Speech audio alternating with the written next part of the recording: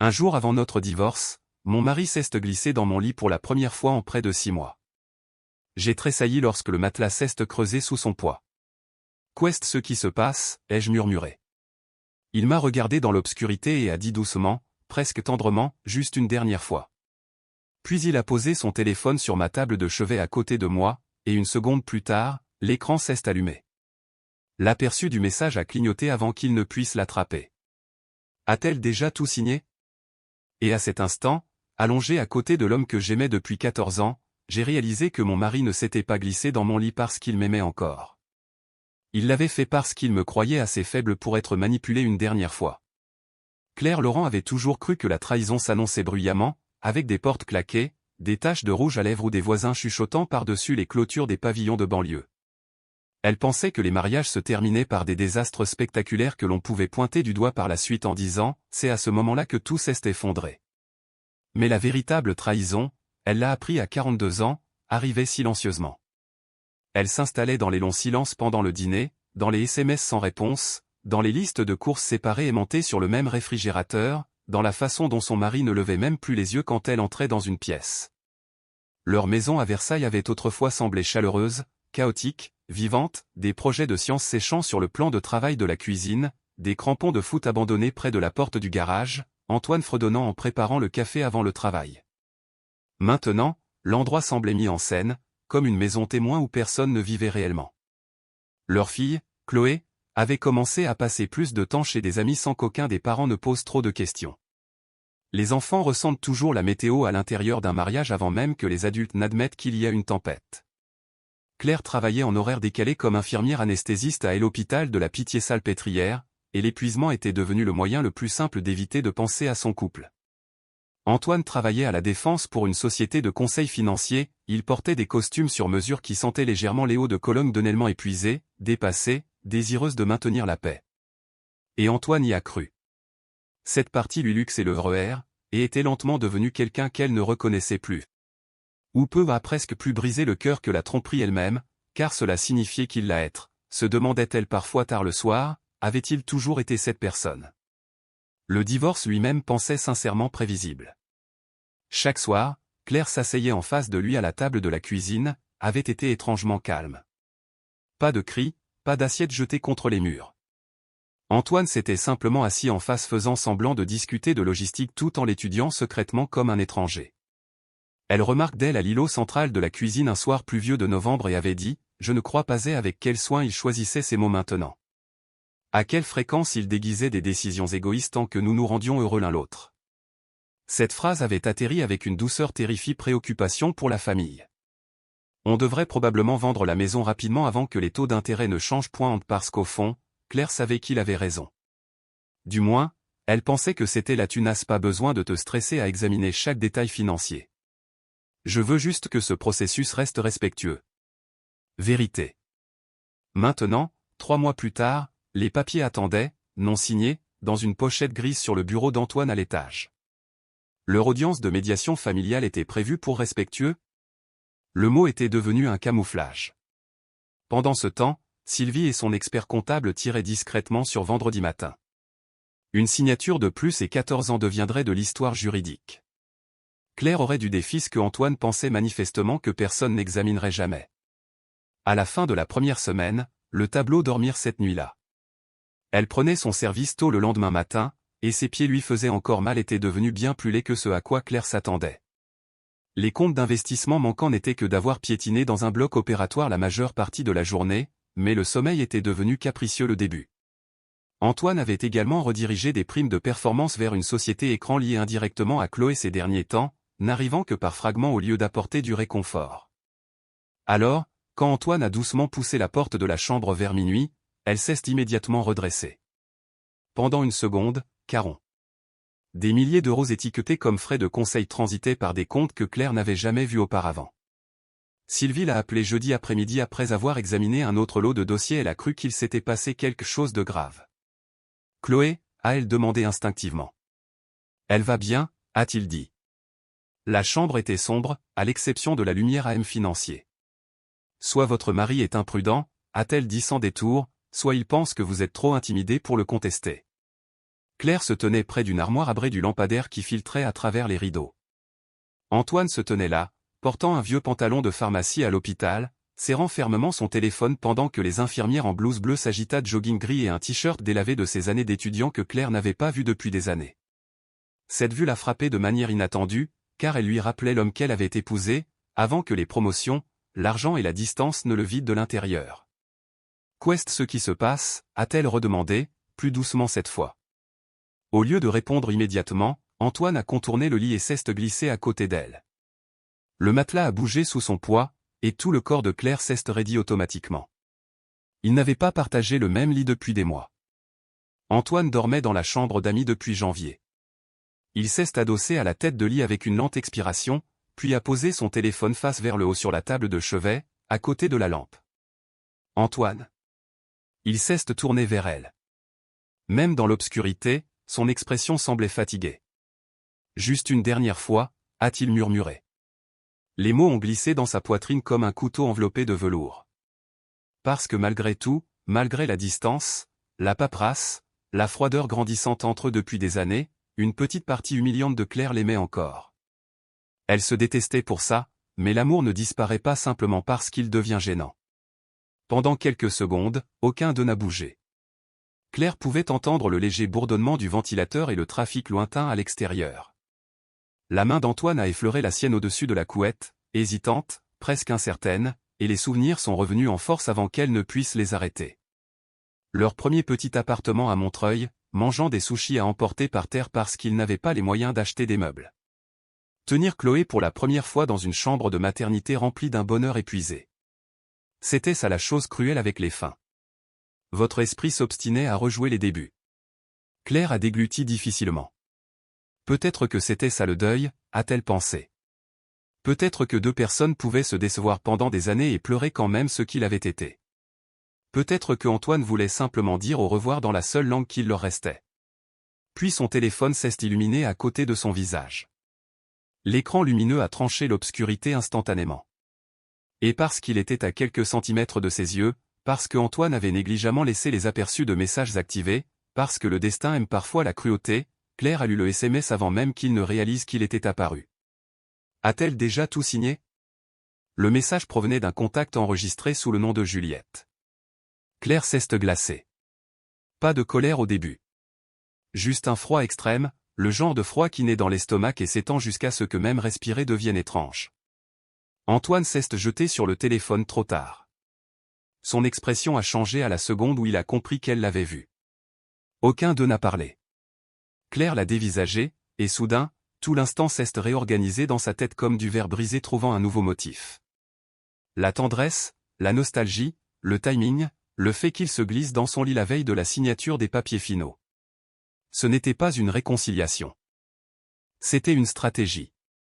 Mon Dieu, murmura-t-elle. Claire, non. Elle a retiré sa main si vite que ça lui a presque fait mal. Antoine est resté figé, serrant fortement le téléphone à présent, mais le mal était fait. Claire pouvait le lire sur son visage. Pas de la culpabilité pour une autre femme. Même pas de la honte. De la panique. Parce qu'il s'était fait prendre trop tôt. Quel était exactement le but de cette soirée, a-t-elle demandé calmement. Ce n'est pas ce que tu crois. Tous les maris infidèles devaient prononcer ces mots exacts à un moment donné. Claire a laissé échapper un petit rire étouffé, mais il n'y avait aucune joie dedans.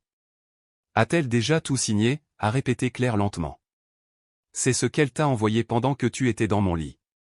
Antoine s'est frotté la mâchoire. Juliette travaille avec moi. Elle sait que le divorce est demain et elle s'inquiète de savoir si j'ai tout réglé. C'est compliqué. Non, a dit Claire doucement. Je crois que c'est en fait très simple. Antoine a alors commencé à parler, trop vite, trop prudemment, mais Claire l'entendait à peine. Quelque chose en elle s'était définitivement brisé en ces quelques secondes. Jusqu'à ce soir, elle croyait que son mariage s'était terminé parce que deux personnes s'étaient éloignées, une chose douloureuse, mais humaine. Maintenant, elle comprenait quelque chose de bien plus laid. Quelqu'un attendait sa signature, attendait qu'elle s'en aille discrètement.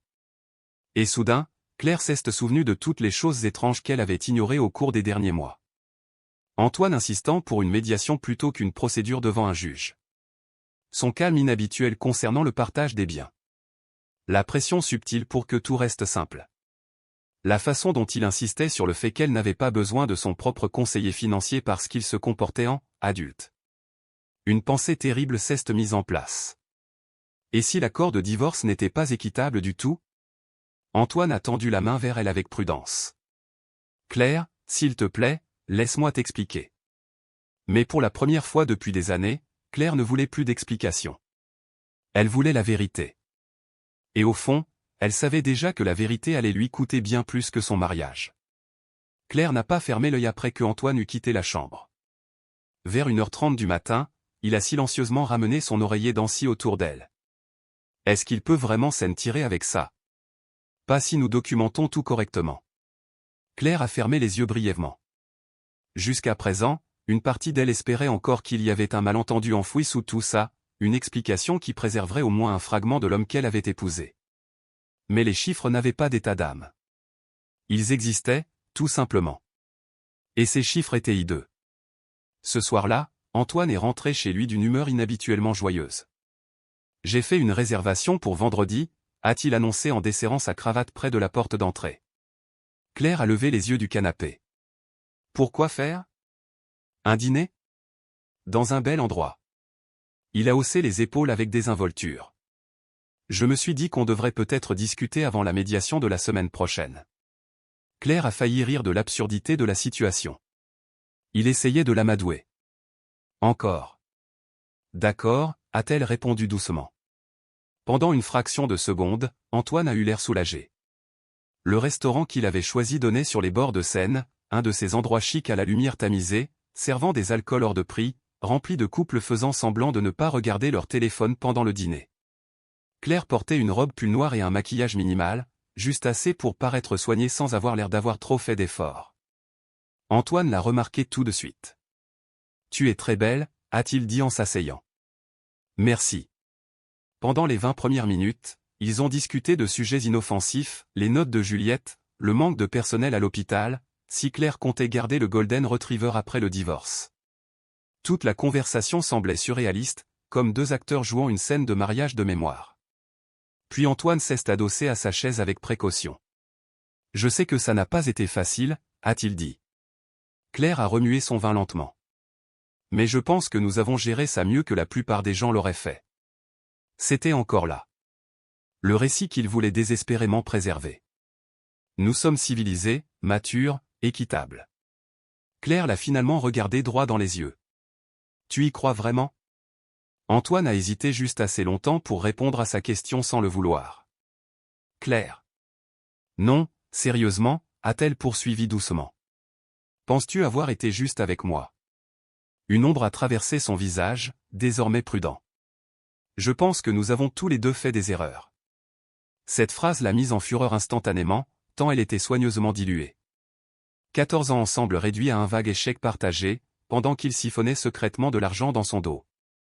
Mais Claire a simplement hoché la tête. « Tu as probablement raison. » Antoine s'est détendu à nouveau. Le voir la sous-estimer en temps réel est devenu étrangement clarifiant. Claire a réalisé que la plus grande faiblesse d'Antoine n'était pas l'avidité, ni même l'infidélité. C'était l'arrogance. Il croyait sincèrement contrôler la température émotionnelle de chaque pièce dans laquelle il entrait.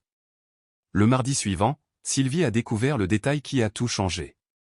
Claire était assise dans sa voiture sur le parking du supermarché quand Sylvie a appelé. « Vous devez vous asseoir avant que je vous explique ça », a-t-elle dit immédiatement. Le pouls de Claire s'est accéléré. Que s'est-il passé? L'assurance vie pour les études de votre fille. Silence. Claire a serré le volant plus fort. Qu'est ce qu'elle a? Il y a nettement moins d'argent dessus qu'il ne devrait y en avoir. Pendant une seconde, Claire s'est littéralement arrêtée de respirer. Non. C'est impossible. Claire secouait la tête machinalement, même si Sylvie ne pouvait pas la voir. Non, Antoine ne toucherait jamais à l'argent prévu pour l'université de Juliette. Mais même en prononçant ces mots, elle savait déjà que si. La voix de Sylvie s'est adoucie. Au cours des 18 derniers mois, près de 60 000 € ont été retirés. Claire fixait le pare-brise tandis que la pluie froide glissait lentement sur la vitre à l'extérieur. Où est-ce que c'est allé? Une pause. principalement vers les mêmes comptes secondaires liés à Chloé Caron. Claire a couvert sa bouche avec sa main. Pas à cause de l'argent, mais parce que soudainement, toutes les excuses restantes s'effondraient. Les liaisons étaient égoïstes. Les comptes cachés étaient cruels. Mais prendre l'argent de l'avenir de sa fille pour financer une autre vie avec une autre femme exigeait un niveau de pourriture morale que Claire avait du mal à concevoir. Et le pire, c'est que Juliette vénérait son père. Ce soir-là, Antoine est rentré à la maison avec des plats du restaurant italien préféré de Claire, souriant comme un homme convaincu que la partie la plus difficile de sa vie était presque derrière lui. Claire l'a regardé disposer les boîtes sur l'îlot de la cuisine tout en parlant avec désinvolture de la politique de son bureau à la Défense. « Ça va ?» a-t-il fini par demander. Claire a réalisé qu'elle le fixait depuis trop longtemps. Juste fatigué. Antoine s'est approché, baissant instinctivement la voix. « Tout ça sera bientôt fini. » Cette phrase résonnait différemment maintenant. Non plus réconfortante, mais menaçante. Claire l'imaginait soudain en train de construire une autre vie, la chambre d'amis sans une autre dispute, sans une autre excuse. Et d'une certaine manière, ce silence semble, avec un appartement en centre-ville, Chloé à ses côtés, Juliette lui rendant visite un week-end sur 2 pendant qu'est plus insultant que s'il lui avait hurlé dessus. Claire est restée assise, adossée à accent grave. Antoine jouerait la réinvention réussie. Et tout cela financé en partie par l'argent volé à l'avenir de leur fille. Quelque chose à l'intérieur de Claire s'est définitivement endurci à ce moment-là. Pas la tête de lit bien après que la lumière du couloir a disparu sous la fente de la porte. La maison était complètement silencieuse, à l'exception du ronronnement du réfrigérateur en bas et du craquement occasionnel du bois en hiver. Elle n'arrêtait pas de repasser le SMS dans son esprit. A-t-elle déjà tout signé? Pas, comment tient-elle le coup? Pas, est-ce que ça va? Ni même, l'aimes-tu encore? Le message sonnait transactionnel, impatient, comme quelqu'un qui attend que des papiers soient validés avant de récupérer un colis. Claire a fixé le plafond jusqu'à près de 3 heures du matin. Et quelque part entre l'épuisement et l'humiliation, son chagrin a lentement commencé à changer de forme. Il a durci, est devenu plus tranchant, plus concentré. Pendant des mois, elle s'était reproché l'échec de son mariage. Elle s'était dit qu'elle travaillait peut-être trop, qu'elle avait peut-être cessé de faire des efforts, qu'elle était peut-être devenue émotionnellement fatiguée d'une manière que Antoine ne pouvait plus tolérer. Les femmes comme Claire ont été élevées pour se remettre en question en premier à chaque fois que quelque chose se brise. Mais allongée là dans l'obscurité, elle a commencé à se souvenir des choses différemment. Antoine insistant pour renégocier le prêt immobilier 2 ans plus tôt parce que c'était le bon moment. Antoine gérant soudainement la plupart de leurs investissements lui-même. Antoine la décourageant de poser des questions parce que les discussions financières la stressaient. À l'époque, Claire interprétait cela comme de l'assurance. Aujourd'hui, cela ressemblait beaucoup plus à du contrôle. À 6 heures du matin, sa décision était prise. Elle a appelé l'hôpital pour prendre un jour d'arrêt, pour la première fois en presque 8 mois. Puis elle a attendu que Antoine parte au travail. Il est descendu vers 7h30, vêtu d'un de ses costumes bleu marine, portant la même mallette en cuir qu'il utilisait depuis des années. Son expression semblait prudente, répétée.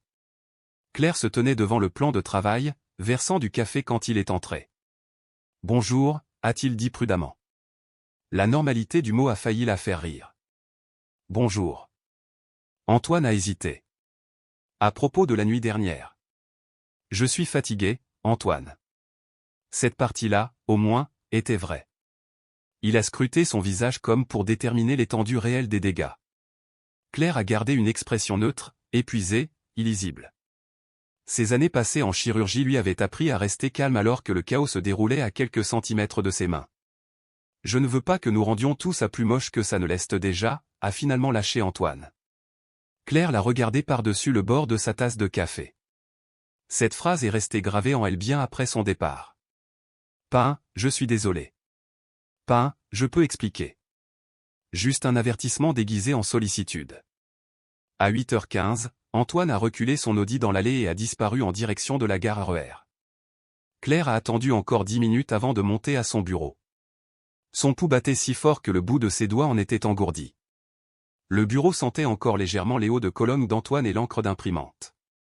Tout semblait douloureusement organisé, le bureau épuré, les diplômes encadrés, les étagères remplies de livres de management que les gens achetaient surtout pour impressionner d'autres hommes dans les bureaux.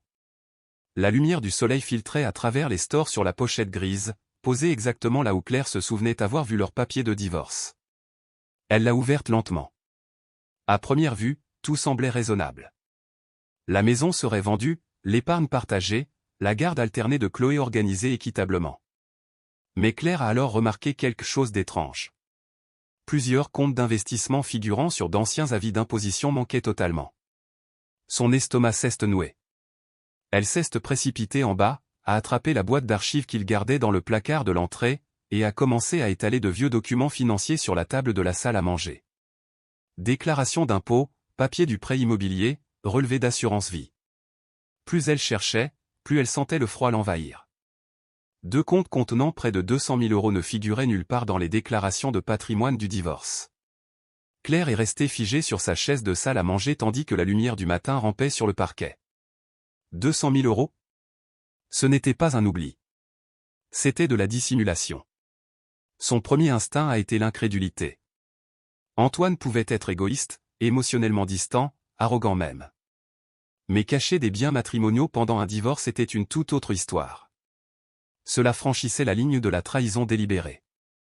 Puis un autre souvenir a fait surface. 3 semaines plus tôt, Antoine avait mentionné avec désinvolture vouloir éviter les drames judiciaires coûteux parce que les avocats ne faisaient que compliquer les choses. À l'époque, Claire avait apprécié sa maturité. Maintenant, elle comprenait exactement pourquoi il la voulait ignorante. À midi, elle était assise dans un petit cabinet d'avocats du 8e arrondissement de Paris, face à une avocate spécialisée en droit de la famille nommée Maître Sylvie Dupont. Sylvie avait la cinquantaine, le regard vif, élégante sans trop en faire, le genre de femme qui irradiait la compétence dès les 30 premières secondes où elle parlait. Des photos de famille bordaient un côté de son bureau tandis que d'épais codes juridiques occupaient l'autre. Claire lui a immédiatement fait confiance. Après avoir examiné les documents en silence pendant plusieurs minutes, Sylvie a retiré ses lunettes et s'est adossée à son fauteuil. « Connaissez-vous bien les finances de votre mari ?» a-t-elle demandé. Claire a esquissé un sourire sans joie. « Apparemment, pas très bien. » Sylvie a tapoté légèrement les relevés des comptes manquants. « Ces choses-là ne disparaissent pas par accident. » Claire a senti l'embarras lui monter au visage. « J'aurais dû faire plus attention. »« Non », a répondu fermement Sylvie. « Vous faisiez confiance à votre conjoint. Ce n'est pas la même chose. » Le fait d'entendre une autre femme dire cela a failli faire pleurer Claire. Au lieu de cela, elle a ravalé ses larmes. Sylvie a continué d'examiner attentivement la paperasse. « Savez-vous qui est Juliette ?» Claire a scié. « Quoi ? » Ces virements, a dit Sylvie en pointant un relevé, inclut des paiements récurrents liés à un compte de société de conseil enregistré sous le nom de Juliette Morel. La poitrine de Claire s'est serrée instantanément. Juliette, la femme du SMS. Je crois qu'elle travaille avec lui. L'expression de Sylvie a subtilement changé, pas de la surprise, plutôt une confirmation. Je devine qu'elle est plus impliquée que ça. Claire a regardé par la fenêtre du bureau la rue parisienne animée en contrebas pendant que l'humiliation parcourait lentement son corps.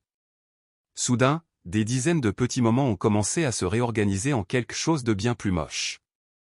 Antoine qui travaillait constamment tard, les voyages d'affaires qui se multipliaient depuis un an, son obsession soudaine pour le sport et les vêtements hors de prix.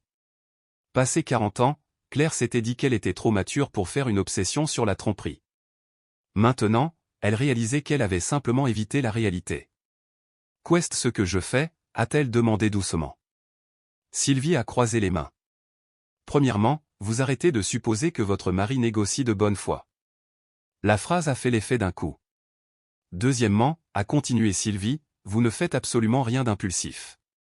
Pas de confrontation, pas de SMS haineux, pas de scène dramatique. Les hommes qui cachent de l'argent pendant un divorce pensent généralement que leurs épouses réagiront de manière émotionnelle plutôt que stratégique. » Claire a laissé échapper un lent soupir. Stratégique. Le mot semblait étrange appliqué à son propre mariage. Sylvie a fait glisser le dossier vers elle. Si vous signez ces papiers demain, vous pourriez perdre une somme d'argent substantielle à laquelle vous avez légalement droit. Claire a hoché la tête. Puis Sylvie a ajouté doucement, et si votre mari a utilisé de manière abusive des fonds communs pendant une liaison, les juges aux affaires familiales ont tendance à le prendre personnellement. Pour la première fois depuis la veille, Claire a ressenti autre chose que de la douleur. Elle a ressenti de la colère. Une colère froide et contrôlée. Pas le genre de la rage. De la résolution. Elle a eu un faible sourire. Ouais, a-t-elle dit. Ça le sera. 2 jours plus tard, la réunion de médiation a commencé. Antoine est arrivé vêtu d'un costume gris anthracite et arborant l'expression confiante d'un homme qui s'attendait à de la paperasse, pas à des conséquences. Claire a immédiatement remarqué Chloé à travers la baie vitrée de la salle de réunion avant même que les débats ne commencent. Grande, sophistiquée, plus jeune que Claire d'au moins 10 ans, et belle de cette manière agressivement soignée propre aux femmes qui traitent la séduction comme un sport de compétition. Chloé était assise près de l'ascenseur, faisant défiler l'écran de son téléphone tout en faisant semblant de ne pas regarder vers les bureaux de médiation. Elle attendait. Claire a presque eu pitié d'elle, car les femmes comme Chloé croient toujours entrer dans une histoire d'amour au lieu de se tenir près de la zone d'impact de la destruction d'une autre femme. Antoine a doucement touché le coude de Claire avant d'entrer dans la salle de conférence. Peu importe ce qui se passe, a-t-il dit doucement, je veux qu'on reste respectueux, pour Juliette. Claire a regardé sa main sur son bras. Puis elle a plongé son regard dans le sien, et pour la première fois depuis qu'elle avait découvert le message, elle n'a ressenti absolument aucune envie de le protéger. Bien sûr, a-t-elle dit doucement. Puis elle est entrée dans la pièce, portant assez de preuves pour ruiner sa vie entière. Claire avait toujours imaginé que la vengeance serait explosive. Elle imaginait des cris, une humiliation publique, la satisfaction de voir enfin Antoine paniquer comme il l'avait fait paniquer pendant des mois. Au lieu de cela, lorsque le moment est enfin arrivé, la pièce est restée d'un calme presque insoutenable. Le bureau de conciliation occupait le 12e étage d'un immeuble en verre surplombant la Défense. Des murs beiges, des œuvres d'art neutres, une machine à café dans un coin à côté de viennoiseries intactes que personne ne semblait émotionnellement capable d'avaler. Tout l'environnement était conçu pour donner à l'effondrement émotionnel une apparence professionnelle. Claire s'est assise à côté de Sylvie Lefebvre à une extrémité de la longue table vernie, tandis que Antoine s'installait en face d'elle avec son avocat, Marc Delcourt, un homme aux cheveux argentés dont la montreur de prix annonçait pratiquement le tarif horaire à chaque mouvement de poignet. Au début, tout s'est déroulé exactement comme Antoine s'y attendait. Partage des biens, compte épargne, organisation de la garde de Juliette. Le langage restait calme, technique, émotionnellement stérilisé. Claire admirait presque la redoutable efficacité avec laquelle le système juridique traduisait les cœurs brisés en pourcentage et en signature. Antoine a parlé avec assurance tout au long des premières discussions. Pas avec arrogance, il était plus intelligent que ça, mais avec le sang-froid contrôlé de quelqu'un qui pensait que l'issue était déjà acquise. Toutes les quelques minutes, il jetait un coup d'œil prudent vers Claire, vérifiant probablement si elle avait l'air dépassée. Alors, Claire a fait en sorte d'en avoir l'air. Elle a gardé les épaules légèrement tendues, ses réponses courtes, son expression fatiguée. Sylvie s'est chargée de la plupart des échanges pendant que Claire examinait silencieusement les documents devant elle. Puis la conversation a glissé vers les déclarations de patrimoine, et l'atmosphère a changé instantanément. Marc a fait glisser un dossier vers l'avant. Mon client estime que la proposition de règlement reflète un partage juste et équitable des biens de la communauté. Sylvie a hoché la tête poliment. J'en suis sûr. Claire a vu Antoine jeter un coup d'œil à son avocat, brièvement confus par le ton. Sylvie a ouvert son dossier lentement, délibérément, puis a sorti plusieurs relevés financiers imprimés et les a posés sur la table, un par un. Le bruit du papier glissant sur le bois verni a soudainement semblé très fort. Ces comptes, a dit calmement Sylvie, n'ont pas été inclus dans les déclarations de M. Moreau. Antoine s'est figé, de manière presque imperceptible. Marc a ajusté ses lunettes. Je vous demande pardon ? Sylvie a fait glisser un autre relevé. Et cela non plus. Claire a observé le moment exact où Antoine a compris ce qui se passait. Tout son corps a changé. Pas de manière spectaculaire. Antoine était trop dans le contrôle pour ça, mais sa mâchoire s'est légèrement contractée et l'une de ses mains s'est recroquevillée sur la coudoir sous la table. Marc a froncé les sourcils en examinant les documents. Antoine. Il doit y avoir un malentendu, s'est empressé de dire Antoine. Claire a failli rire. Encore cette phrase. Sylvie est restée parfaitement calme. Il n'y a aucun malentendu. Nous avons retracé plus de 200 000 € d'actifs non déclarés, liés à des entités financières secondaires. Marc s'est lentement tourné vers Antoine, son expression se durcissant. Pourquoi est-ce que je vois ça pour la première fois ? Le sang-froid d'Antoine s'est fissuré légèrement. Ce sont des comptes liés à mon activité professionnelle, alimentés par mes revenus, a répondu immédiatement Sylvie. Silence. Claire est restée parfaitement immobile pendant que la pièce commençait à s'effondrer autour d'Antoine, morceau par morceau. Pour la première fois depuis que leur mariage avait commencé à se disloquer, elle a compris quelque chose d'important. Le pouvoir n'était pas bruyant. Le vrai pouvoir, c'était la préparation. Marc a retiré ses lunettes avec soin. Antoine, avez-vous omis de déclarer des comptes financiers pendant cette procédure? C'est plus compliqué que ça. Claire admirait presque la constance de ses excuses. La voix de Marc est devenue tranchante. C'est en réalité extrêmement simple. Antoine a regardé vers Claire, comprenant enfin qu'elle savait tout. La trahison qui se lisait dans son regard aurait été risible dans d'autres circonstances. Comme si elle avait, d'une manière ou d'une autre, violé sa confiance. Sylvie a poursuivi avant que Antoine ne puisse se reprendre. Nous avons également découvert des transferts financiers répétés liés à une personne nommée Chloé Caron. Ce nom a atterri comme une grenade. Marc a fermé les yeux brièvement. Antoine a blêmi, et Claire a soudain réalisé quelque chose de fascinant. Antoine ne s'était jamais attendu à ce que les conséquences deviennent réelles. Quelque part au fond de lui, il croyait sincèrement que son charme et son assurance continueraient à le porter en toute sécurité, comme il l'avait toujours fait auparavant. Les hommes comme Antoine confondaient la possibilité de retarder les conséquences avec une immunité permanente. Marc s'est penché en avant lentement. Dites-moi que vous n'avez pas détourné des biens de la communauté pour financer une liaison. Personne n'a répondu car il n'existait aucune réponse capable de le sauver à présent. La séance a été brièvement suspendue après cela. Antoine a suivi Claire dans le couloir à l'extérieur de la salle pendant que les avocats restaient à l'intérieur pour examiner les documents. Son visage était différent maintenant, mis à nu, paniqué sous le vernis professionnel qu'il avait entretenu pendant des années. « Claire, a-t-il dit doucement, je t'en prie, ne fais pas ça. » Cette phrase l'a stupéfaite. Pas à cause de ce qu'il disait, mais à cause de ce qu'il ne disait pas. Pas de « je suis désolé ». Pas de « je t'ai fait du mal ». Juste la panique face aux conséquences. Claire a croisé les bras fermement pour se protéger du froid du couloir. « Tu as déjà fait ça, Antoine. Tu ne comprends pas à quel point tout est devenu compliqué. » Elle l'a dévisagé, puis a finalement posé la question qui pesait sur sa poitrine depuis des jours. « As-tu vraiment pris l'argent de l'assurance vie de Juliette ?» Le silence d'Antoine a été sa première réponse. Puis il a détourné le regard. C'était temporaire. Claire a eu un mouvement de recul. Temporaire. Comme si la trahison devenait plus petite quand on lui collait une étiquette stratégique. J'allais le remettre quand, je ne sais pas, pour Chloé. Antoine s'est frotté le visage des deux mains. Ça n'avait rien à voir avec elle. Claire a ri doucement, mais le son ne portait aucune chaleur. C'est bien ça le problème, a-t-elle murmuré. Je ne crois pas que tu saches toi-même de quoi il s'agissait.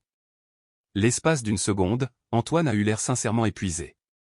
Plus vieux, plus petit d'une certaine façon. Elle me faisait me sentir. Il s'est arrêté. Claire a attendu. Important, a-t-il admis doucement. L'honnêteté de ce mot a frappé plus fort que un explosif qui brise des assiettes ou inspire des discours dramatiques. Ce genre-là était plus silencieux, plus dangereux. S'importe quelle excuse aurait pu le faire. Pas de l'amour, pas de la passion. De la vanité. 14 était la colère d'une femme réalisant qu'elle avait été sous-estimée. Quand Claire est rentrée en de mariage détruit parce qu'une autre femme le faisait se sentir plein de succès. Claire l'a regardé, planche chez elle ce soir-là, Antoine y était déjà, préparant des pâtes dans la cuisine comme s'il était yanté là dans son costume hors de prix devant un bureau d'avocat, terrifié à l'idée de perdre de elle encore une famille normale discutant de choses ordinaires. L'odeur d'ail et de coulis de tomates remplarges qu'il avait déjà essayé de voler. Et soudain, elle a ressenti quelque chose d'initier la maison. Il a levé les yeux nerveusement quand elle est entrée. Ça va, a attendu. Ni amour, ni haine. De la pitié. Parce que Antoine avait échangé tout ce qui avait du sens il demandait. Claire l'a observé un long moment. Cet homme avait partagé son lit pendant 14 ans. Il dans sa vie pour le frisson éphémère de se sentir admiré. Et maintenant, même cette illusion elle savait comment elle prenait son café, quelle chanson la faisait pleurer, comment ses mains tremblaient après des opérations s'effondraient. Quand ils sont retournés dans la salle, les négociations sont devenues brutales. Marc, désormais difficile, et quelque part en cours de route, il s'était quand même convaincu qu'il pouvait la manipuler pour que pleinement conscient que son client avait dissimulé des actifs, est immédiatement passé en mode limitation de la casse. Sylvie a méthode Elsen aille discrètement pendant qu'il se protégeait financièrement. Cette réalisation faisait éthiquement présenter les historiques de transactions, les comptes cachés, les virements pour prestations de conseil et, enfin, les retraits plus mal que la liaison elle-même. Claire a posé son sac à main calmement. Longue journée, a-t-elle dit. Antoine s'est légèrement détendu. Puis il a souri, et pour la première fois du compte de Juliette lié indirectement à Chloé. À la fin, même le médiateur avait l'air dégoûté. Ce comportement ne jouera pas en votre faveur devant un juge des affaires familiales, à de son mariage, Claire lui a rendu son sourire, tout en planifiant silencieusement sa destruction. Au cours des 10 jours suivants, Claire a découvert quelque chose de profondément troublant à propos de la tromperie. Les personnes qui la pratiquent crotté-il prévenu Antoine d'un ton sec. Personne n'avait besoin d'explications supplémentaires. Le dit rarement quels sont les méchants de l'histoire.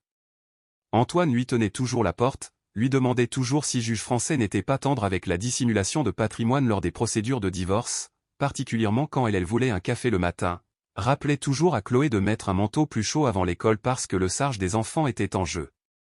Antoine a à peine parlé pendant le reste de la séance. Pendant ce temps, Claire et Giboulée de Mars en région parisienne pouvaient devenir brutales sans prévenir. Si un étranger les avait observés de loin restaient calmes. Pas triomphante, juste calme.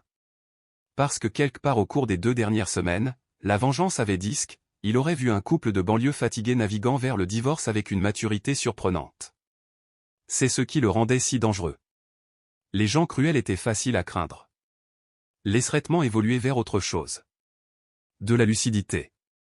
Le mariage était terminé bien avant que Antoine ne se glisse dans son lit. Jean Poli qui détruisait tranquillement votre vie était beaucoup plus difficile à contrer. Claire a suivi les conseils de maître Sylvie en murmurant, une dernière fois. Claire ne l'avait simplement pas encore accepté. Maintenant, c'était chose faite. Dupont à la lettre. Elle n'a pas confronté Antoine au sujet des comptes cachés. Elle n'a plus mentionné Juliette. Plus important encore, elle ne lui a pas laissé deviner qu'elle avait cessé de lui faire confiance. D'heures plus tard, après des révisions de documents et des négociations d'urgence, l'accord avait radicalement changé. Claire a conservé une part substantiellement plus importante des biens communs, la garantie que les fonds pour les études de Juliette seraient reconstitués et protégés, ainsi que le droit de poursuivre un examen financier approfondi si d'autres irrégularités faisaient surface. Antoine a tout signé avec des mains tremblantes. L'ironie de la situation était presque poétique. À la fin, c'est lui qui s'était retrouvé acculé à signer les papiers rapidement. En sortant du bâtiment alors que le soleil se couchait, Claire a remarqué Chloé, toujours près des ascenseurs, exactement là où elle se trouvait le matin même. Sauf que maintenant, elle avait l'air nerveuse. Antoine s'est approché d'elle à quelques mètres derrière Claire, lui parlant avec insistance à voix basse, que Claire ne pouvait pas entendre distinctement. Mais elle en a saisi suffisamment.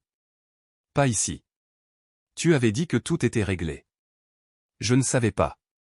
Claire a continué à marcher parce qu'elle venait de comprendre une autre vérité douloureuse sur les liaisons. Le fantasme ne survit que tant que quelqu'un d'autre absorbe les dégâts. Dehors, un vent glacial balayait le parvis de la Défense, et Claire a resserré son manteau autour d'elle. Son téléphone a vibré dans son sac quelques instants plus tard. Un SMS d'Antoine. Pouvons-nous parler ce soir, s'il te plaît? Claire a fixé le message pendant plusieurs secondes. Puis elle a verrouillé l'écran sans répondre. Pendant 14 ans, elle avait construit sa vie en essayant de comprendre Antoine Moreau, ses humeurs, ses ambitions, ses insécurités, ses déceptions. Et maintenant, debout seule sous le ciel nocturne de la région parisienne, Claire a réalisé qu'elle ne lui devait plus ce travail. C'était ça, la véritable fin du mariage. Pas la paperasse, pas la liaison. Le moment où elle a cessé de porter le poids émotionnel qu'il avait abandonné il y a bien longtemps. 3 semaines après la signature, Antoine a perdu son emploi. Pas officiellement à cause de sa liaison. Les grandes entreprises formulent rarement les choses de manière honnête. L'enquête interne s'est concentrée sur des irrégularités financières liées à des remboursements de frais et à des conflits d'intérêts non déclarés impliquant Chloé Caron. Claire n'a appris les détails que parce que Marc Delcourt a contacté Sylvie Leflieu de cela, elle a joué le rôle qu'il attendait clairement d'elle, émotionnellement épuisée, dépassée, désireuse de garder les choses paisibles. Et Antoine y a cru. Cette partie-là lui a presque brisé le cœur plus que l'infidélité elle-même, car cela signifiait qu'il pensait sincèrement qu'elle était prévisible. Chaque soir, Claire s'asseyait en face de lui à la table de la cuisine, faisant semblant de discuter de logistique tout en l'étudiant secrètement comme un étranger. Elle remarquait avec quel soin il choisissait ses mots à présent. À quelle fréquence il présentait des décisions égoïstes comme une préoccupation pour la famille. Nous devrions probablement vendre la maison rapidement avant que les taux d'intérêt ne changent encore. Tu n'as pas besoin de te stresser à examiner chaque détail financier. Je veux juste que cette procédure reste respectueuse. Respectueuse? Le mot était devenu un camouflage. Pendant ce temps, Sylvie et son expert comptable ont discrètement commencé à tirer les ficelles que Antoine supposait apparemment que personne n'examinerait jamais. À la fin de la première semaine, le tableau était devenu bien plus laid que Claire ne s'y attendait. Les comptes d'investissement manquants n'étaient qu'un début. Antoine avait également redirigé ses primes de performance vers une SARL secondaire indirectement liée à Juliette Morel. Des milliers d'euros étiquetés comme « honoraires de conseil » transitaient par des comptes que Claire n'avait jamais vus. Sylvie l'a appelé jeudi après-midi après avoir examiné un nouveau lot de documents financiers. « Votre mari est soit imprudent, a-t-elle dit sans détour, soit il pense que vous êtes trop intimidé pour le défier. » Claire se tenait près d'une armoire à fournitures à l'hôpital, serrant fort son téléphone pendant que les infirmières en blouse bleue s'affairaient autour d'elle. « Peut-il vraiment s'en tirer comme ça? Pas si nous documentons tout correctement. » Claire a fermé les yeux un instant. Jusqu'à présent, une partie d'elle espérait encore qu'il y avait un malentendu enfoui sous tout ça, une explication qui préserverait au moins un fragment de l'homme qu'elle avait épousé. Mais les chiffres ne mentaient pas par émotion. Ils existaient, tout simplement. Et les chiffres étaient laids. Ce soir-là, Antoine est rentré à la maison inhabituellement joyeux. « J'ai réservé pour vendredi », a-t-il annoncé en desserrant sa cravate près de la porte d'entrée. Claire a levé les yeux du canapé Èvre pour lui demander sa coopération concernant plusieurs examens de comptes liés aux divulgations du divorce. Apparemment, l'entreprise des « Pourquoi ? Un dîner ? Quelque part de sympa. » Il a haussé les épaules avec désinvolture. Antoine s'était montré très intéressé lorsque les transactions cachées avaient commencé à apparaître dans les documents juridiques. « Chloé, je me suis dit qu'on devrait peut-être discuter avant la médiation de la semaine prochaine. » Claire démissionnait 2 jours plus tard. À ce moment-là, la majeure partie des dégâts n'était plus contenable. A failli rire de l'absurdité de la situation. Il essayait de l'amadouer. Le monde professionnel parisien va étrangement vite quand le scandale entre dans ses veines. Les rumeurs on voit encore. D'accord, a-t-elle dit doucement. Pendant une fraction de seconde, Antoine a eu l'air soulagé. Le restaurant qu'il avait choisi surplombait la Seine, l'indigé sur les quais du RER, dans les afterworks, les vestiaires des salles de sport et les soirées de charité. Claire a entendu des bribes de l'histoire indirectement par des voisins et des collègues qui parlaient prus de ces endroits huppés remplis de lumière tamisée, de bons vins rouges et de couples faisant semblant de ne pas fixeramment autour d'elle, mulant la discrétion tout en glanant discrètement des détails. Leur téléphone pendant le dîner. Claire portait une robe pull noire et un maquillage minimal, juste assez pour avoir l'air APP. Antoine a déménagé dans un appartement meublé à Courbevoie après avoir vendu son Audi. Chloé a complètement été sans donner l'impression d'avoir trop essayé. Antoine l'a remarqué immédiatement. « Tu es élégante », a-t-il dit en s'asseyant. « Merci. » Pendant les 20 premières minutes, il disparut et, pour la première fois en près de 15 ans, Claire a vécu dans une maison émotionnellement silencieuse. Au début on discutait de choses inoffensives, les notes de Chloé, le manque de personnel à l'hôpital, si Claire comptait, le silence l'a effrayée. Puis lentement, presque prudemment, elle a commencé à l'apprécier. Garder le Labrador après le divorce. Toute la conversation semblait irréelle, comme 2 acteurs jouant une scène de ménage de mémoire. Puis Antoine s'est adossé à sa chaise avec prudence. « Je sais que ça n'a pas été facile », a-t-il dit. Claire a remué lentement son vin. « Mais je crois que nous avons géré dimanche matin d'avril », Claire se tenait pieds nus dans la cuisine, préparant du café pendant qu'une douce pluie tapotait contre les fenêtres. Juliette était assise au comptoir, mangeant des céréales et faisant défiler son téléphone avant de lever soudainement les yeux. « Tu as l'air différente ces derniers temps, ça mieux que la plupart des gens. » Et voilà. Le récit qu'il voulait désespérément préserver. Elle dit. Claire a eu un léger sourire. Différente en bien ou différente effrayante? En bien. Juliette a haussé les épaules. Plus légère, je suppose. La remarque est restée avec Claire toute la journée. Nous sommes civilisés, matures, justes. Claire l'a finalement regardé dans les yeux. Tu y crois vraiment? Antoine a hésité juste assez longtemps pour répondre accidentellement à sa question. Claire. Car les enfants remarquent aussi la liberté. Le divorce a été officiellement finalisé début mai. Non, sérieusement, a-t-elle continué doucement. Penses-tu avoir été juste avec moi?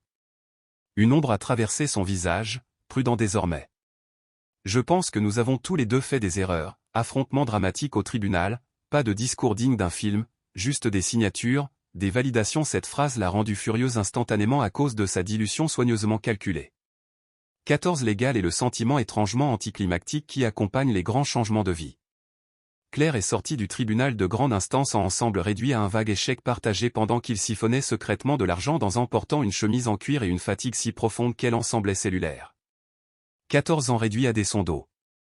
Mais Claire a simplement hoché la tête. Tu as probablement raison. Antoine ceste de documents.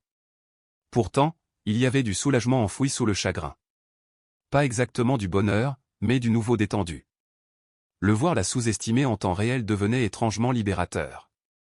Claire a réalisé que soulagement, comme survivre à une opération chirurgicale après des mois de douleur. Ce soir-là, Antoine a appelé à la plus grande faiblesse d'Antoine n'était pas la cupidité ou même l'infidélité. C'était elle l'improviste. Claire a hésité à l'ignorer, puis a décroché quand même. Salut, hâte et arrogance. Il croyait sincèrement contrôler la température émotionnelle de chaque pièce dans laquelle il entrait. Il dit doucement. Sa voix semblait différente, plus fine, comme dépouillée de l'assurance naturelle qui, mardi suivant, Sylvie a découvert le détail qui a tout changé. Claire était assise dans sa voiture sur le parking d'un supermarché porté depuis des années. Salut. Un long silence a suivi. J'ai entendu dire qu'est quand son avocate a appelé. Il faut que vous vous asseyiez avant que je ne vous explique ça, a-t-elle dit d'emblée. Le pouls de Claire s'est accéléré. Que s'est-il passé? Juliette avait été acceptée au programme d'été de Sciences Po, a-t-il finalement dit. Oui. C'est super. Claire s'est appuyée contre le plan de travail, regardant vers le jardin où l'assurance vie de votre fille pour ses études. Silence. Claire a serré le volant plus fort. Que l'hiver commençait enfin à desserrer son emprise sur l'Île-de-France. Qu'est ce qu'il y a? Il y a beaucoup moins d'argent dessus qu'il ne devrait y en avoir. Pendant une seconde, Claire a littéralement cessé de respirer. Non point est-ce que tu veux, Antoine? Un autre silence. Puis finalement, je crois que je suis désolé. Claire a secoué la tête automatiquement, même si Sylvie ne pouvait pas la voir te doit des excuses. Claire a fermé les yeux brièvement. Les mots arrivaient avec des mois de retard. Mais non, Antoine ne toucherait jamais au fond d'études de Chloé. Mais même en prononçant ces curieusement, elle a réalisé qu'elle n'en avait plus besoin comme elle l'avait cru autrefois. Elle savait déjà que c'était faux. La voix de Sylvie s'est adoucie. Oh, je sais que dire pardon ne répare rien, a continué Antoine. Mais j'ai besoin que tu aies cours des 18 derniers mois, près de 60 000 € ont été retirés. Claire a regardé que je n'essayais pas de te détruire. Claire a failli répondre du tac au tac, puis s'est fixement à travers le pare-brise tandis que la pluie froide glissait lentement sur la vitre. Où est-ce allait est retenue car elle venait de comprendre quelque chose d'important. La plupart des gens ne décident jamais? Une pause. Principalement sur les mêmes comptes secondaires liés à Juliette Morel. Claire a couvert sa bouche consciemment de ruiner quelqu'un qu'il aime. Ils se font simplement passer en premier de façon répétée, jusqu'avec sa main. Pas à cause de l'argent, mais parce que soudain, toutes les excuses restantes se sont effondrées. Le ce que la destruction devienne inévitable. Tu ne t'es pas réveillé un jour avec l'envie de liaison était égoïste. Les comptes cachés étaient cruels. Mais prendre l'argent de l'avenir de sa fille me faire du mal, a dit Claire doucement. Tu as juste continué à te choisir à chaque fois que ça comptait vraiment. Antoine a inspiré d'une voix tremblante à l'autre bout du fil. C'est probablement vrai. Dehors, les hauts de pluie glissaient lentement sur la baie vitrée du patio. Claire s'est souvenue de l'homme qu'elle avait épousé à 24 ans. Ambitieux, drôle, peu sûr de lui sous ses airs charmants. À l'époque, Antoine parlait de la réussite comme si c'était quelque chose de sacré, attendant juste hors de portée. Plus d'argent, de meilleurs quartiers, de plus grandes opportunités. Et quelque part en chemin, il avait commencé à mesurer la valeur humaine à l'aune de l'admiration des pour financer une autre vie avec une autre femme exigeait un niveau de décadence morale que Claire pouvait à peine concevoir. Et autres. Chloé n'avait pas détruit leur mariage. Elle était simplement arrivée après que Antoine ait le pire, c'est que Chloé vénérait son père. Ce soir-là, Antoine est rentré avec un sac d'un traiteur italien, arborant le sourire confiant d'un homme persuadé que la partie l'a été déjà vidée de lui-même en courant après la validation. Je t'aille vraiment aimé, au plus difficile de sa vie était presque terminé. Claire l'a regardé disposer les barquettes sur l'îlot de la cuisine tout en parlant de manière décontractée des intrigues de bureau à la défense. Ça va, a-t-il fini par demander. Claire a réalisé qu'elle le fixait depuis trop longtemps. Juste fatigué. Antoine s'est approché, baissant instinctivement la voix. Tout cela sera bientôt fini. La phrase résonnait différemment maintenant. Pas réconfortante, menaçante. Claire l'a soudainement imaginé, il dit doucement. Claire l'a cru. C'était ça la part tragique. Les gens pouvaient vous aimer profondément et construisant déjà une autre vie, un appartement luxueux, Juliette à ses côtés, Chloé venant un week-end sur 2 pendant que Antoine jouait sa réinvention réussie. Et tout cela financé en partie par l'argent volé à l'avenir de leur fille. Quelque chose en Claire s'est alors endurci de façon permanente. Pas de la vous trahir totalement quand même. Les deux choses n'étaient pas mutuellement exclusives. Je sais, a-t-elle répondu. Un autre long silence s'est installé entre eux, plus doux cette fois. Puis Antoine a repris la parole. Quand je rage. De la résolution. Elle a souri faiblement. Oui, a-t-elle dit. B me suis glissé dans ton lit cette nuit-là. Il s'est brièvement arrêté. Une patiento. 2 jours plus tard, la médiation a commencé. Antoine est arrivé vêtu d'un costume anthracite de moi voulait vraiment que les choses redeviennent réelles, même pour quelques minutes. Claire a baissé les yeux vers son, affichant l'expression confiante d'un homme qui s'attendait à de la paperasse, pas à alliance, posée dans une petite coupelle en céramique près de l'évier. Elle avait arrêté de la porter depuis des conséquences. Claire a immédiatement remarqué Juliette par la baie vitrée du bureau de médiation avant même le début de la séance. Grande d'émoi, mais n'avait jamais réussi à la jeter non plus. Et l'autre part? Athée, soignée, plus jeune que Claire d'au moins 10 ans, et belle de cette manière agressivement calibrée elle demandait. Antoine a expiré bruyamment. L'autre part était terrifiée. Enfin. La vérité point accent aigu des femmes qui traitent l'apparence comme un sport de compétition. Juliette était assise près de l'ascenseur, pas de romance. Pas de passion. La peur. La peur de perdre son argent. La peur de l'échec, la peur faisant défiler l'écran de son téléphone tout en faisant semblant de ne pas regarder vers les bureaux. Elle attendait. Claire a que les conséquences ne le rattrapent tout en même temps. Claire a réalisé qu'elle ne ressentait plus de colère en elle presque eut pitié d'elle, car les femmes comme Juliette croient toujours qu'elles entrent dans une histoire d'amour en entendant. Seulement de la fatigue. J'espère que tu arriveras à te trouver un jour, au lieu de se tenir près de la zone d'impact de la destruction d'une autre femme. Antoine a touché douté elle dit sincèrement. Antoine a ri doucement, amèrement. Je commence à croire que ça pourrait messement le coude de Claire avant d'entrer dans la salle de conférence. Quoi qu'il arrive, prendre le reste de ma vie. Après la fin de l'appel, Claire est restée seule dans la cuisine pendant plusieurs minutes, a-t-il dit doucement, je veux vraiment que nous restions respectueux pour Chloé, écoutant la pluie sur le toit. Puis elle a pris son alliance et l'a délicatement rangée dans un tiroir, Claire a regardé sa main sur son bras. Puis elle l'a regardé dans les yeux et, pour la première fois depuis hier. Pas parce que les souvenirs avaient disparu, mais parce que les souvenirs n'avaient plus besoin de la contrôler. En juin, qu'elle avait découvert le SMS, elle n'a ressenti absolument aucune envie de le protéger. Bien sûr Claire a vendu la maison de Saint-Germain. La garder n'avait plus de sens ni financièrement, ni émotionnellement, a-t-elle dit doucement. Puis elle est entrée dans la pièce avec assez de preuves pour rue. Trop de fantômes y vivaient. Des disputes ravalées dans le silence. Des dîners solitaires innées sa vie entière. Claire imaginait autrefois que la vengeance serait explosive. Elle imaginait des cris, une humiliation publique, des années passées à s'effacer pour préserver la paix. Elle a acheté une maison de ville plus petite, la satisfaction de voir enfin Antoine paniquer comme il l'avait fait paniquer pendant des mois.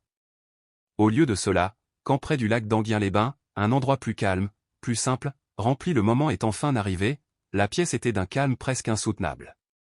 Le bureau de médiation occupé de soleil au lieu de représentation. La première nuit là-bas, Juliette l'a aidé à déballer les ais à un étage d'un immeuble de verre à Neuilly-sur-Seine. Des murs beiges, des cartons pendant que de la musique jouait doucement dans les pièces vides. Sans vouloir te vexer, a dit Juliette en ouvre d'art neutre, une machine à café dans le coin à côté de viennoiseries intactes que personne rend les affaires de cuisine. Mais papa n'a jamais vraiment aimé ce genre d'endroit. Claire ne semblait émotionnellement capable de manger. Tout l'environnement était conçu pour donner une apparence professionnelle à l'effondrement émotionnel à regarder autour d'elle la modeste maison, avec ses planchers qui craquaient et son escalier étroit. Je sais. Claire s'est assise à côté de maître Sylvie Dupont à un bout de la longue table vernie, tandis que Antoine s'installait en face d'elle avec son avocat, maître Laurent Lemaire, un homme aux cheveux. Juliette a eu un petit sourire en coin. C'est probablement pour ça que toi, tu aimes. Claire a ri argenté dont la montreur de prix semblait annoncer ses honoraires facturables à chaque mouvement de poignet. Au début pour la première fois depuis ce qui lui semblait être des années, et le son les a surprises toutes les deux.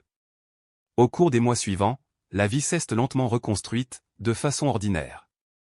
Claire s'est inscrite à, tout s'est déroulé exactement comme Antoine s'y attendait. Le partage des biens, la retraite, les horaires de garde pour Chloé. Le vocabulaire restait calme, technique, émotionnellement stérilisé. Claire a un programme de formation avancé en administration des soins de santé qu'elle avait reporté autrefois parce que Antoine pensait que ce n'était pas pratique. Elle a recommencé à dormir des nuits entières, a recommencé à presque admirer l'efficacité avec laquelle le système juridique traduisait les cœurs brisés en pourcentage et en signature. Antoine a parlé avec assurance tout au long des premières discussions. Pas avec arrogance, il était plus intelligent que ça, mais avec lire des romans au lieu de fixer d'un air absent l'écran de la télévision à côté de quelqu'un d'émotionnellement absent. La guérison, a-t-elle découvert, arrivait rarement de manière spectacle le sang-froid d'une personne persuadée que l'issue était déjà acquise. Toutes les quelques minutes, il gétulaire. Elle s'invitait discrètement en faisant ses courses seule sans anxiété, en buvant son café et un coup d'œil prudent vers Claire, vérifiant probablement si elle avait l'air submergée. Alors, Claire s'est assurée que c'était le cas. Elle a gardé les épaules légèrement tendues, ses réponses courtes, son expression fat lors de matins paisibles, et en réalisant qu'on ne vérifiait plus la disponibilité émotionnelle des gays. Sylvie gérait la plupart des échanges pendant que Claire consultait discrètement les documents devant elle.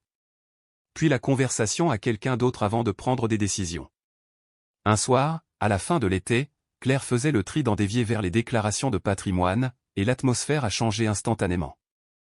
Laurent a fait glisser les vieilles photos et les messages de son téléphone quand elle est tombée sur une capture d'écran dont elle avait oublié l'existence un dossier vers l'avant. Mon client estime que le règlement proposé reflète un partage juste et équitable des biens matrimoniaux. Sylvie a hoché la tête poliment. Jen suis certaine. Claire a vu Antoine. Le message texte. A-t-elle déjà tout signé? L'espace d'un instant, le souvenir elle jetait un coup d'œil rapide à son avocat, troublé par le ton. Sylvie a ouvert son dossier lentement, délibérément, puis en a sorti plusieurs relevés financiers imprimés et les a placés sur la table un par un. Le bruit du papier glissant sur le bois verni a soudainement semblé très fort. Ces comptes, a dit calmement Sylvie, n'ont pas été inclus dans les déclarations de monsieur. Antoine s'est figé de manière presque imperceptible. Laurent a ajusté ses lunettes. Je vous demande pardon?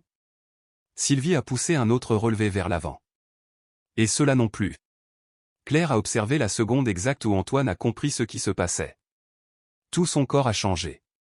Pas de manière spectaculaire, Antoine était trop maître de lui pour ça, mais sa mâchoire s'est légèrement crispée et l'une de ses mains s'est recroquevillée sur la coudoir sous la table. Laurent a froncé les sourcils en examinant les documents. Antoine, il doit y avoir un malentendu, a dit l'avocat rapidement. Claire a failli rire. Encore cette phrase. Sylvie est restée parfaitement calme. Il n'y a pas de malentendu. Nous avons retracé plus de 200 000 € d'actifs non déclarés, liés à des entités financières secondaires. Laurent s'est tourné lentement vers Antoine, son expression se durcissant à présent. Pourquoi est-ce que je vois ça pour la première fois? Le sang-froid d'Antoine s'est légèrement fissuré. Ce sont des comptes liés à mon entreprise, financés par des revenus conjugaux, a rétorqué Sylvie immédiatement. Silence. Claire est restée complètement immobile pendant que la pièce commençait à s'effondrer autour d'Antoine, pièce par pièce. Pour la première fois depuis que son mariage avait commencé à se disloquer, elle a compris quelque chose d'important. Le pouvoir n'était pas bruyant. Le vrai pouvoir résidait dans la préparation. Laurent a retiré ses lunettes avec soin. Antoine, avez-vous omis de déclarer des comptes financiers pendant cette médiation? C'est plus compliqué que ça. Claire a presque admiré la constance de ses excuses. La voix de Laurent s'est faite plus tranchante. C'est en fait extrêmement simple. Antoine a regardé Claire, comprenant enfin qu'elle savait tout. La trahison qui se lisait dans son expression aurait été risible dans d'autres circonstances. Comme si c'était elle qui avait violé la confiance. Sylvie a continué avant que Antoine ne puisse reprendre ses esprits. Nous avons également découvert des transferts financiers répétés liés à une personne nommée Juliette Morel. Ce nom est tombé comme une grenade. Laurent a fermé les yeux un instant. Antoine a pâli et Claire a soudain réalisé quelque chose de fascinant. Antoine ne s'était jamais attendu à ce que les conséquences deviennent réelles. Quelque part au fond de lui, il croyait sincèrement que son charme et son assurance continueraient de le porter en sécurité comme cela avait toujours été le cas auparavant. Les hommes comme Antoine confondaient souvent l'absence de conséquences immédiates avec une immunité permanente. Laurent s'est penché en avant lentement. « S'il vous plaît, dites-moi que vous n'avez pas détourné des biens matrimoniaux pour entretenir une liaison. » Personne n'a répondu, car il n'existait aucune réponse qui pût le sauver maintenant. La médiation a été brièvement suspendue après cela. Antoine a suivi Claire dans le couloir à l'extérieur de la salle de conférence pendant que les avocats restaient à l'intérieur pour examiner les documents. Son visage était différent maintenant, dépouillé, presque frénétique sous l'apparence professionnelle qu'il avait entretenue pendant des années. « Claire, a-t-il dit doucement, s'il te plaît, ne fais pas ça. » Cette phrase l'a stupéfaite. Non pas à cause de ce qu'il a dit, mais à cause de ce qu'il n'a pas dit. « Pas, je suis désolé. Pas, je t'ai fait du mal. » Juste la panique face aux conséquences. Claire a croisé fermement les bras face à l'air froid du couloir. « Tu as déjà fait ça, Antoine. Tu ne comprends pas à quel point tout est devenu compliqué. » Elle l'a regardé fixement, puis a finalement posé la question qui lui pesait sur le cœur depuis des jours. « As-tu vraiment pris l'argent du fonds d'études de Chloé ?» Le silence d'Antoine a répondu le premier. Puis il a détourné le regard. C'était temporaire. Claire a physiquement tressailli. Temporaire.